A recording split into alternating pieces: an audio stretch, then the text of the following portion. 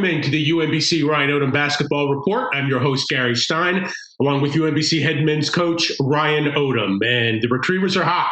They've won 6 games in a row, including their first 2 in conference play. Later, we'll talk with one of the keys to that early season success. Senior forward Brandon Horvath will be our guest. And along with Brandon, by the way, a very special treat for UMBC fans. One of our favorite guys in the whole world will join us. Mr. Discount Double Check himself, Joe Sherburne, will be our guest. We'll get his take on Brandon Horvath. We'll get Brandon's take on Joe Sherburne. And we'll get Ryan Odom's take on it all in the second segment of the show here today. But Ryan, I want to welcome you in first, and I want to get your take on the weekend that was up in Albany, the Retrievers sweeping the Great Danes. Yeah, obviously great to see you, Gary. Great to have Brandon here and Joe as well. This will be a fun day for us all to kind of reconnect. But yeah, it was a great weekend for us. Up at Albany, it was not easy. It was a battle both days. I thought both teams, were extremely competitive throughout.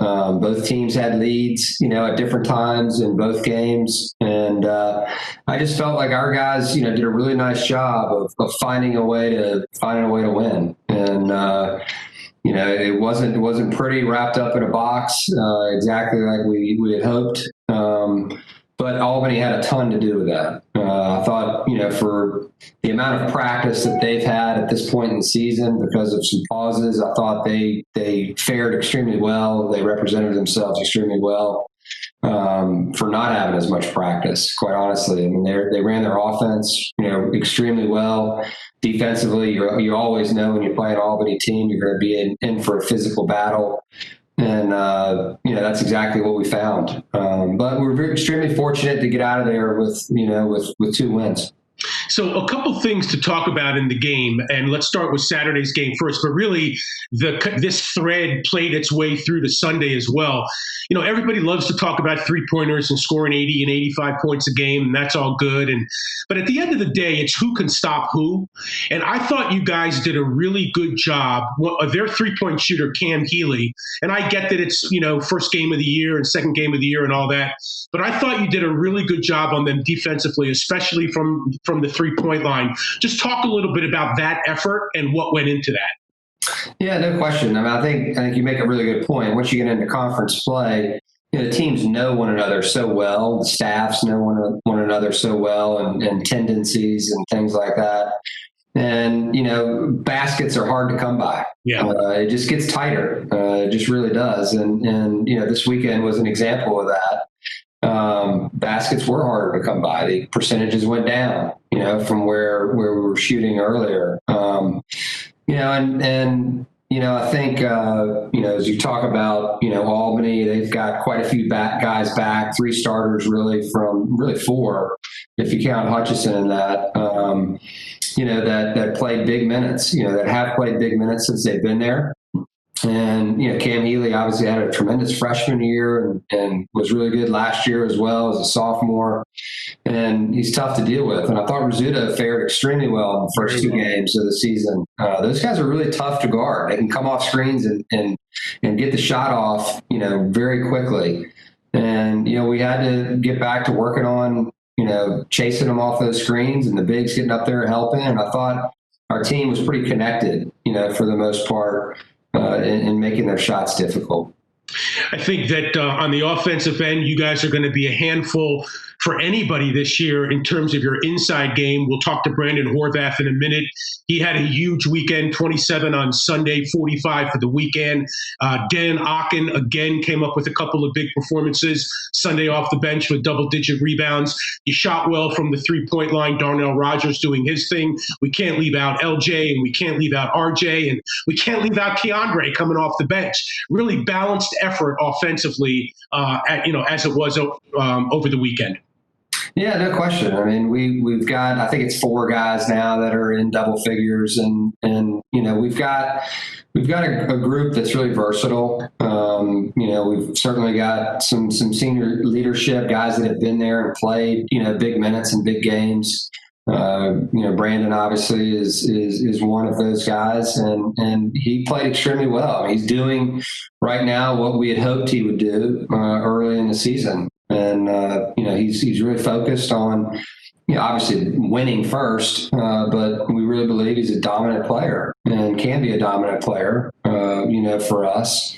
And the great thing, for him is that he's got some really good teammates too, that, when teams do come down and collapse on him, he's a willing passer. He gets rid of the ball and lets them kind of make the next play. And, we've got other guys that do the same thing. Dan, obviously around the rim is really tough.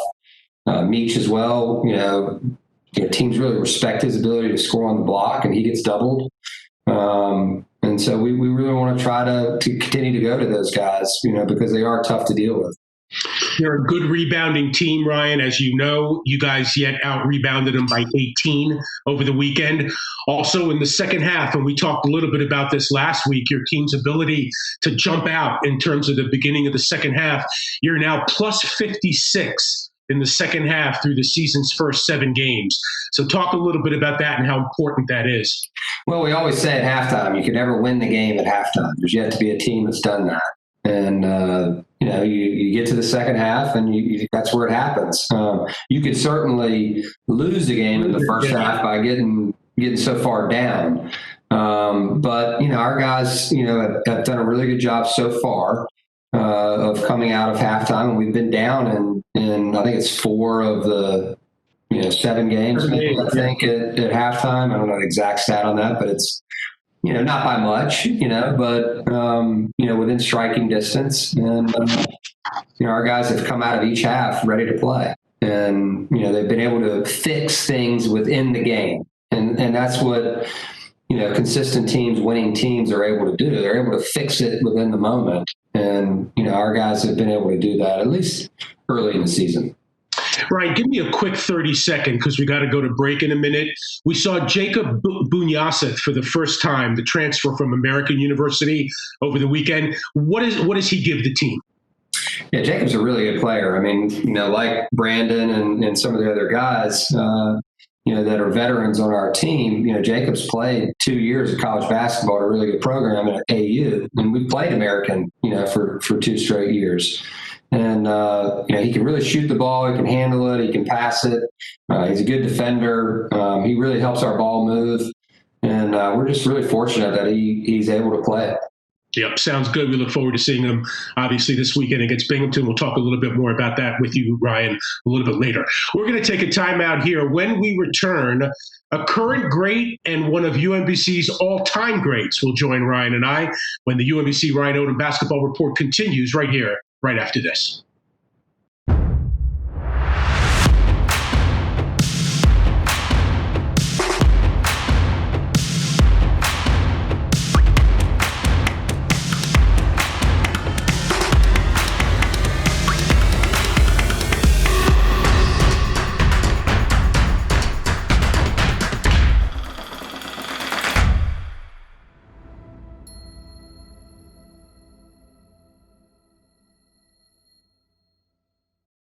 And welcome back to the show. It's the UMBC Ryan Odom Basketball Report with Ryan Odom, myself, Gary Stein. And time now to join one of the stars for UMBC so far in the early part of the season, senior forward Brandon Horvath, coming off a career-high 27-point performance on Sunday at the University of Albany. And Brandon, look, I know you're a team guy, and I know Coach is a team coach and everything, but that was quite a performance by yourself over the weekend and really a great start to the season. What's your story right now? How confident are you in the way you're playing? Yeah, I'm really confident in the way I'm playing. I think it's the most confident I've been at UMBC for sure. But like he said, it's a team game. I wouldn't be anything without my teammates. I think this is the most complete team we've had since probably my freshman year. So it's been good. Yeah, talk a little bit about that. It's interesting you say the most complete team because you look at the stat sheet and you've got 4 double-figure scorers. You've had stars in the past. Over the past 3 years. There are certainly some bona fide stars on this team, but there does seem to be something about this team that's a little different from the last couple of years. Yeah, I think it's just that anyone can go off in any day. I think it's just this weekend was just my weekend, I guess, and that's just what is so good about our team right now. We're really experienced, and we got a lot of weapons. Coach, you want to chime in? Yeah, I do. Brandon, tell us a little bit about, what you did over break and with the pandemic. I think obviously the pandemic was pretty tough for everybody and what you dealt with. But what's it like, being a senior, in your last year? Obviously you get the year back and all that like everybody else, but what's it like playing in the midst of a pandemic? You don't have to go back to the summer and all that stuff, but what's it like? Give the viewers out there a feel for what you have to do. Oh yeah, you just got to go. There's just a lot more. I'd say like scheduling things you have to do. Like we get tested 3 times a week now, and I can't leave the house without a mask on. Stuff like that. But as in terms of basketball, I feel like it's really helped me out this year because I feel like the old cliche, tomorrow's not promised. I really felt that when the last game got canceled. So this year, I'm just really going out there because we don't even know, if the games are going to be played next week or the week after that. So I'm just playing with it. I just got that same gratefulness now for the game. And it's really helped me out. Yeah, that's a great point. I mean, I feel the same way as a coach. You never know if you're going to end up playing that next game, and you get to that last test, and you're kind of breathing a sigh of relief. At that point, just thankful that you're able to be able to play. I was talking to Coach Brown about that at Albany, right before the first game, and just excited that we're able to do it, and appreciative of all the folks that have sacrificed for us to be able to do it, and including you guys. Like the team has done a really good job of sacrificing a lot in order to do it. And one of the things is Christmas, right? Not everybody's allowed to go home based on, we've got a game on the 27th. And so that's a tough thing. But so you want to welcome in our next guy here, Gary? Absolutely. It's a pleasure and maybe even an honor, Coach, to do this. I don't know. We'll have to talk about that off air. But one of the UMBC all-time greats, I've had a pleasure of calling his games for 4 years, basically. Joe Sherburne joining us from his home in Whitefish Bay, Wisconsin. Joe, first of all, there you are. Merry Christmas, Happy New Year to you, obviously. What's going on with you, and how close are you? How are you able to watch UMBC? How close have you been to the program over the last couple of years? Hey, Gary. Thanks for having me on. Merry Christmas. I'm a long-time watcher of the show. Thank you. First-time caller. I watched most of the games last year, just about every one. And I've caught most of the games this year, at least in good chunks.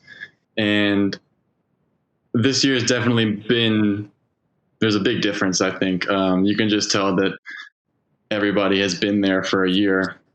And, I mean, did you lose any significant minutes? I don't think. But you can definitely tell there's more of a cohesiveness and more well-roundedness, like Brandon alluded to, that you don't have to, or you can rely on a lot of different people at a lot of different times. Are you able to keep in touch with some of your former teammates like Brandon, Dan Ocken? How close are you, or how much are you able to do that?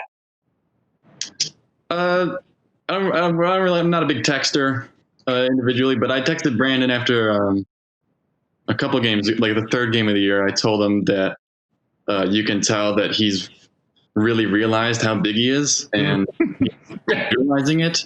And there was another, like 2 games ago, you had a left-handed right shoulder finish, and I texted him like, "Wow, 2020 really is crazy."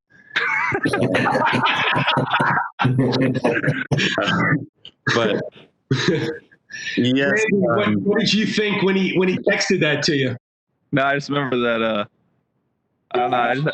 I just had like something where I couldn't go over my right shoulder. I would just like fall into the defender, and Joe would always be like, "Just shoot it over. You're like 7 foot tall." And then when he texted me that, I just started laughing, and I just said, "That's so funny. I can't believe I did that."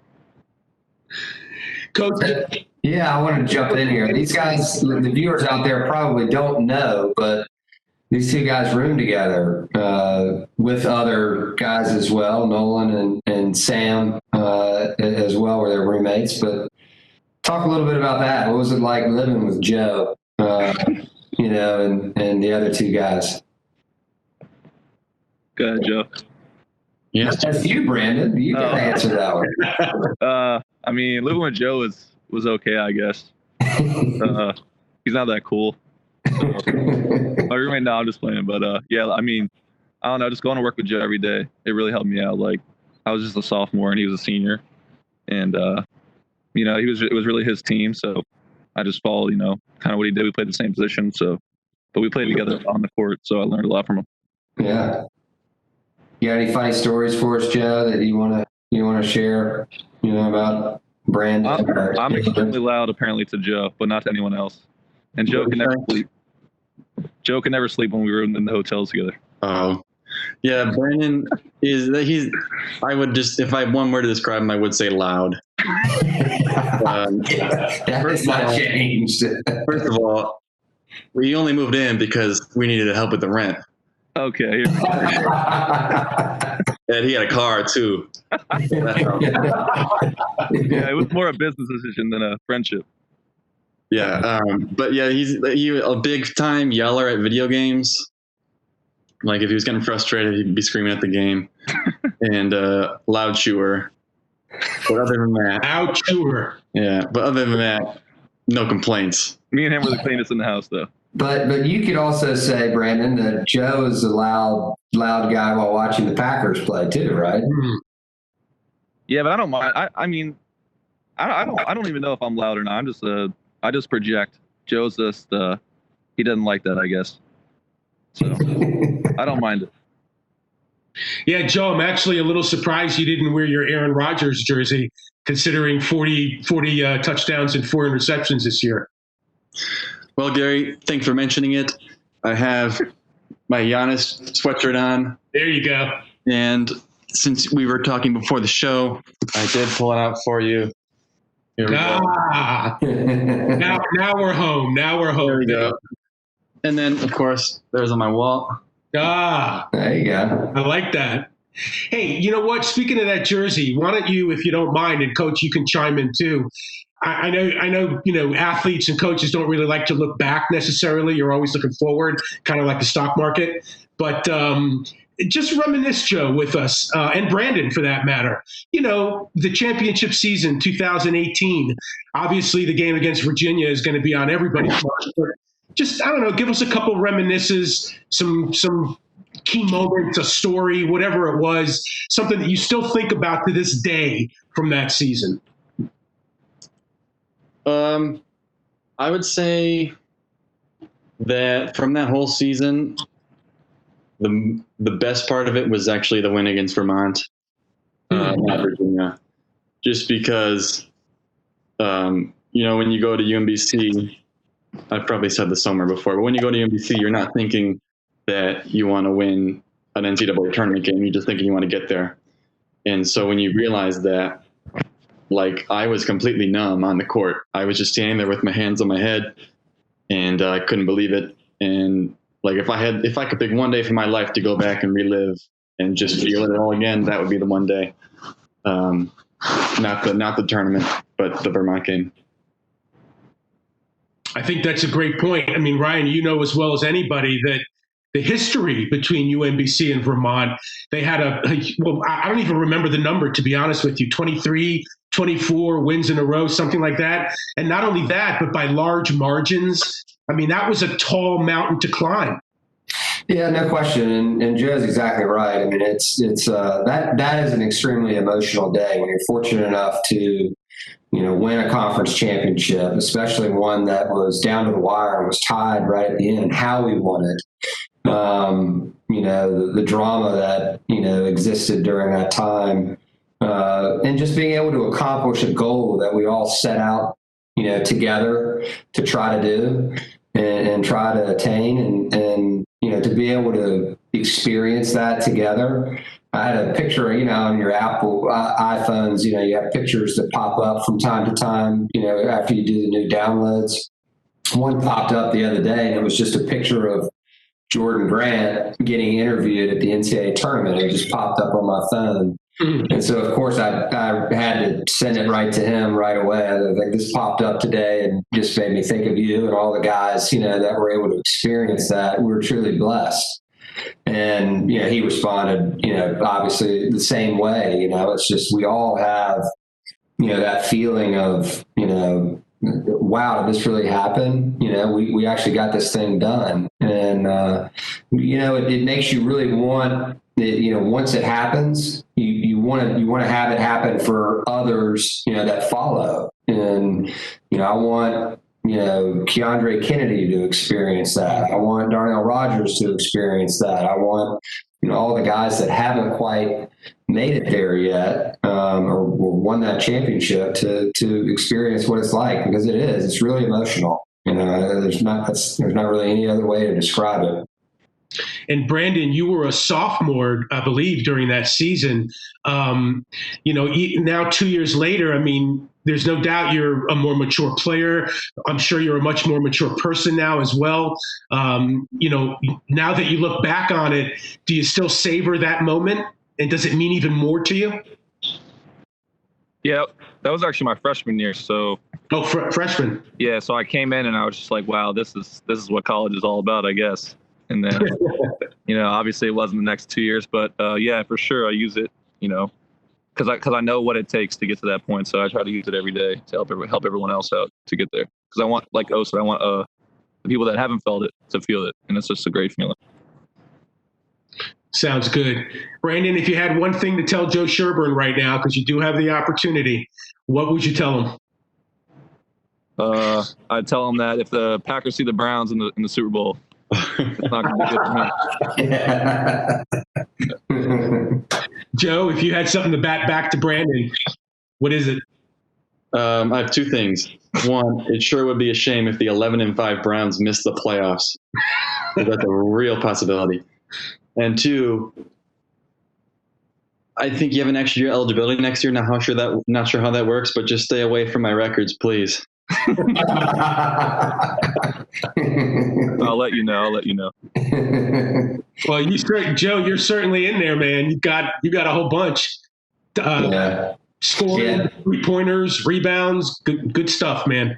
Yeah, I think before we get off, obviously Brandon's having a great senior year, a great start to his senior year. But I think it's important that we all pay our respects to Joe and kind of what he did during his career here at UMBC, because we were using the word consistency today with our team, and there's nobody that's played at UMBC that's been more consistent than you, and consistent with what you did on the court and your work ethic, but also your work in the classroom. And you've made us all proud at UMBC, and we'll continue to. And this is what happens. A program's all about. Is the older guys kind of continue to stay in touch with the younger guys, and really proud of what not only Joe, but all the former players that we've been fortunate enough to coach here at UMBC are up to. I think that's well said. Hey, Joe, if I could offer you one more thing. I don't remember when it was, and I don't remember why you were doing it, but before a game one time, you were mopping up the floor, and I got a video of it. And I don't know if I ever sent it to you. I may not have done that. But that just goes to what Ryan was talking about. You were Mr. Consistent. You were Mr. Reliable. You did everything, the small things, the big things, the things that didn't seem to matter at the moment, but mattered later, like all the way to mopping the floor, Joe. So I appreciate that. And I thought that was very, I just thought, believe it. I mean, I know it's going to sound strange, but I thought that was a special moment, actually. Yeah, that was just so I didn't slip. But no, I did see a picture of that. I think Paul tweeted that. Paul sent it? Yeah. Good. Good stuff. Guys, it's been great. We got to do this more often. Joe, I wish you the best. Merry Christmas. Brandon, obviously, same to you. Good luck to both of you. Brandon, the rest of the season. Joe, for whatever comes your way, we certainly hope the best. Thanks. Good luck, guys. Appreciate it. Nice seeing you, Joe. All right. Thanks, Joe. Thanks, Brandon. Ryan, you got two good ones there, bud. Yeah, no doubt. All right, we're going to take a timeout. Coach and I will wrap it up. Actually, when we return, we'll take a look at the road ahead. Binghamton comes to town this weekend. We'll have it for you when we continue.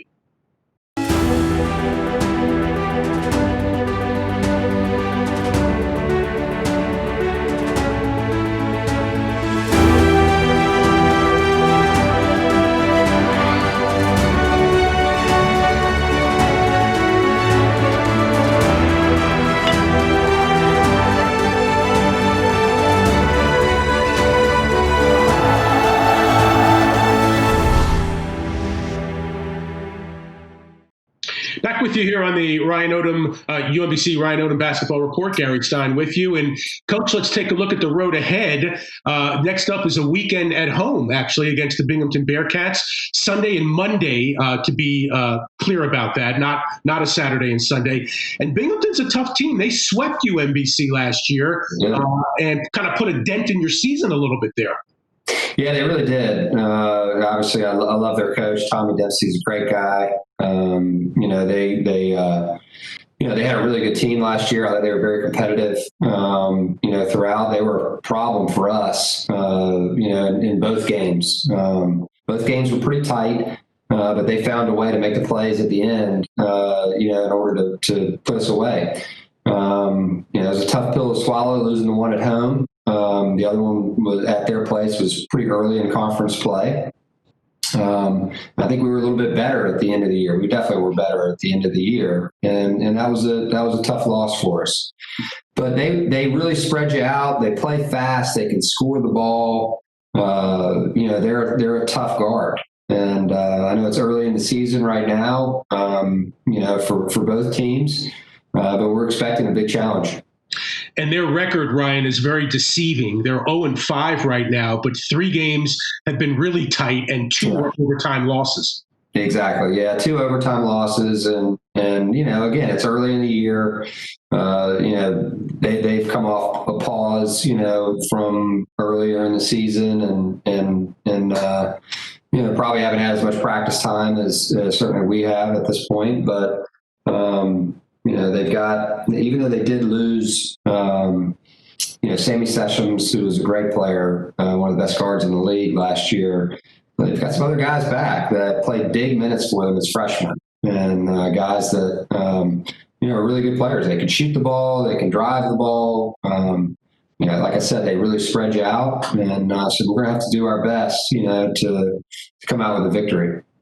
Ryan, just go back to Albany real quick. It was your first back-to-back that you've experienced so far this year. Just a thought on that and how your team came through that. Yeah, I thought our guys did great. It was the first back-to-back in conference, but remember we had GW and Delaware, even though it was different teams, earlier in the season, which was helpful for this particular road trip to Albany, and gave us a sense of what our bodies would feel like and kind of how the preparation would go. And I thought our guys did a really nice job of focusing on the details of the game and what we needed to do and scout and report in order to have a chance to win. And we'll need to do it again. It'll be a little bit different because we're at home.